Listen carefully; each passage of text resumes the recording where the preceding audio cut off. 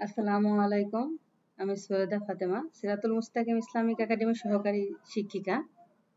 আজকে আমি অধ্যায় ৭ গুণিতক ও গুণনীয়ক নিয়ে কিছু প্রাথমিক আলোচনা করব। চলো আমরা সর্বপ্রথম দেখি গুণিতক কি বা গুণিতক কাকে বলে। গুণিতক কোনো সংখ্যাকে পূর্ণ সংখ্যা দিয়ে গুণ করলে যে সংখ্যাগুলো পাওয়া যায় তাকে ওই সংখ্যার গুণিতক বলে। কথাটা ভালো করে বুঝো।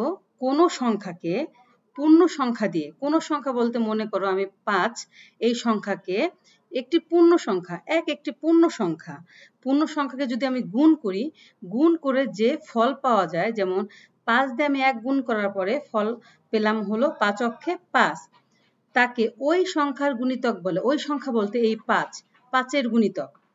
তো গুণিতক কি? কোনো সংখ্যাকে পূর্ণ সংখ্যা দিয়ে গুণ করলে যে সংখ্যাগুলো পাওয়া যায় তাকে ওই সংখ্যার গুণিতক বলে। যেমন ৫কে আমি যদি ১ দিয়ে গুণ করি, ৫ অক্ষে ৫, ৫ দুগুণে ১০, ৩ ৫ ১৫, অর্থাৎ এই ৫ দিয়ে এই সংখ্যাগুলো নিঃশেষে ভাগ করা যায়। এখন বলো নিঃশেষে ভাগ কি? যে ভাগ করলে কোনো ভাগ শেষ থাকবে না তাকে নিঃশেষে বিভাজ্য বা নিঃশেষে ভাগ বলে। এইভাবে আমরা ৫ দিয়ে অগণিত সংখ্যা গুণ করে আমরা গুণিতক বের করতে পারবো। গুণিতকের কোনো শেষ নেই, আমরা এরকমভাবে বের করতেই থাকবো। এবার আসো আমরা গুণনীয়ক নিয়ে আলোচনা করি। গুণনীয়ক কি? কোনো সংখ্যা যে সংখ্যা দ্বারা বিভাজ্য, কোনো সংখ্যা যে সংখ্যা দ্বারা বিভাজ্য সেগুলোকে ওই সংখ্যার গুণনীয়ক বলে। দেখো এখানে বলছে কোনো সংখ্যা, যেমন ১০ একটা সংখ্যা, যে সংখ্যা দ্বারা বিভাজ্য, মানে এই ১০কে যে সংখ্যা নিঃশেষে ভাগ করতে পারবে। নিঃশেষে ভাগ বলতে যে সংখ্যা দিয়ে ১০ ভাগ করলে কোনো ভাগশেষ অবশিষ্ট থাকবে না তাকে বলে নিঃশেষে বিভাজ্য। তাহলে কোনো সংখ্যা যে সংখ্যা দ্বারা বিভাজ্য সেগুলোই ওই সংখ্যার গুণনীয়ক। এখন ১০কে আমরা কি দিয়ে ভাগ করতে পারবো? আমরা যদি ১ দিয়ে ১০ ভাগ করি তাহলে কোনো ভাগশেষ থাকবে না। আমরা ২ দিয়েও করতে পারি। ৫ দুগুণে ১০, ৫ দুগুণে কি ১০, তাহলে ১ ২ ৫ ১০ হচ্ছে কত? ১০-এর গুণনীয়ক। গুণনীয়কের শেষ আছে কিন্তু গুণিতকের শেষ নেই। এটা কিভাবে সম্ভব? দেখো গুণনীয়ক হচ্ছে যে সংখ্যা দিয়ে ওই সংখ্যাকে ভাগ করা যায়। এই গুণনীয়ক, এই ১০-এর গুণনীয়ক বের করতে হলে ১০-এর বেশি কোনো সংখ্যা গুণনীয়ক হবে না, ১০-এর ছোট হইতে হবে। কারণ ১০কে তো সমান ভাগে ভাগ করতে পারবে এমন সংখ্যা, সেগুলো সবই ১০-এর ছোট থাকবে।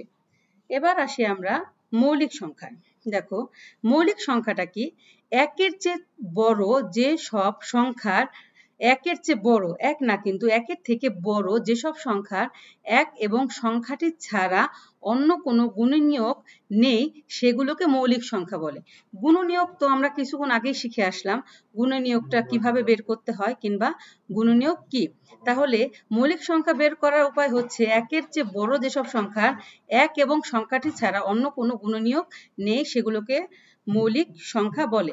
মৌলিক সংখ্যা ২, ২কে যদি আমরা ২-এর গুণনীয়ক বের করি তাহলে কি হবে? ২ অক্ষে ২, ১ আর ২, এছাড়া কি আর কোনো গুণনীয়ক আছে? ২কে আর ভাঙা যায়? যায় না।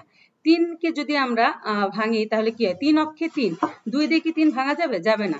তাহলে ২ ৩ ৫ ৭ এগুলো হচ্ছে মৌলিক সংখ্যা। এগুলা কি? মৌলিক সংখ্যা। সাধারণ কথায় গুণনীয়ক হচ্ছে, গুণনীয়ক না, মৌলিক সংখ্যা হচ্ছে যে সকল সংখ্যার এক এবং সংখ্যাটি ছাড়া অন্য কোনো গুণনীয়ক নেই সেগুলোকে মৌলিক সংখ্যা বলে। এবার আসো আমরা যৌগিক সংখ্যায় যাই। যৌগিক সংখ্যা একের চেয়ে বড় যেসব সংখ্যার এক এবং সংখ্যাটি ছাড়া অন্তত একটি গুণনীয়ক আছে।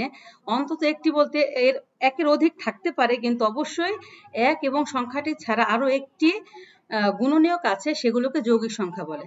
যেমন ধরো ৪, ৪কে আমরা ৪ অক্ষে ৪, ৪কে আমরা ১ দিয়ে ভাগ করতে পারি, আবার ২ দিয়েও ভাগ করতে পারি। ২ দুগুণ ৪, তাহলে ১ ২ ৪, এখানে ৩টি হলো। ওই সংখ্যা এবং ১ ছাড়াও তার আর একটা গুণনীয়ক আছে।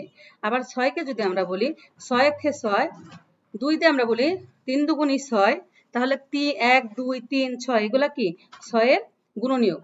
তাহলে আমরা কি বুঝবো? 1 এর চেয়ে বড় যেসব সংখ্যার 1 এবং সংখ্যাটি ছাড়া অন্তত একটি গুণনীয়ক আছে সেগুলোকে যৌগিক সংখ্যা বলে। এবার আসি আমরা লসাগু কি? লসাগুর সংক্ষিপ্ত রূপ হচ্ছে গরিষ্ঠ সাধারণ গুণনীয়ক। গরিষ্ঠ মানে কি? বড়, বৃহত্তর। সাধারণ মানে কমন, যেটা দুইটার মধ্যেই থাকবে। যেমন আমরা যদি 5 ও 10 এর গুণনীয়ক বের করি, তো 5 এর মধ্যে যে গুণনীয়ক আছে 6 এর মধ্যে যদি সেই একই গুণনীয়ক থাকে তবে তাকে সাধারণ গুণনীয়ক বলে। এবার আমরা আসি গসাগু কি? দুইটি সংখ্যার সাধারণ গুণনীয়ক গুলোর মধ্যে সবচেয়ে বড়টি গরিষ্ঠ সাধারণ গুণনীয়ক। সবচেয়ে বড় বলতে দেখা গেছে আমাদের সাধারণ গুণনীয়ক 3টা 4টা 5টা থাকতে পারে, তার মধ্যে সবচেয়ে বড় যেটা সেটাকে বলে গসাগু বা গরিষ্ঠ সাধারণ গুণনীয়ক। এবার আসি আমরা লসাগু। লসাগু হচ্ছে লঘিষ্ঠ সাধারণ গুণিতক। এটা গুণনীয়ক না, এটা হলো গুণিতক।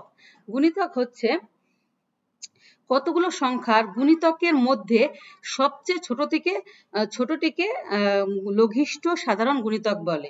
যেমন আমরা যদি গুণিতক বের করি 1 থেকে দেখা গেল 5 অক্ষে 5, 5 দুগুণে 10, 3 5 15। 5 এর গুণিতক কয়টা হলো? 3টা, 5 10 15।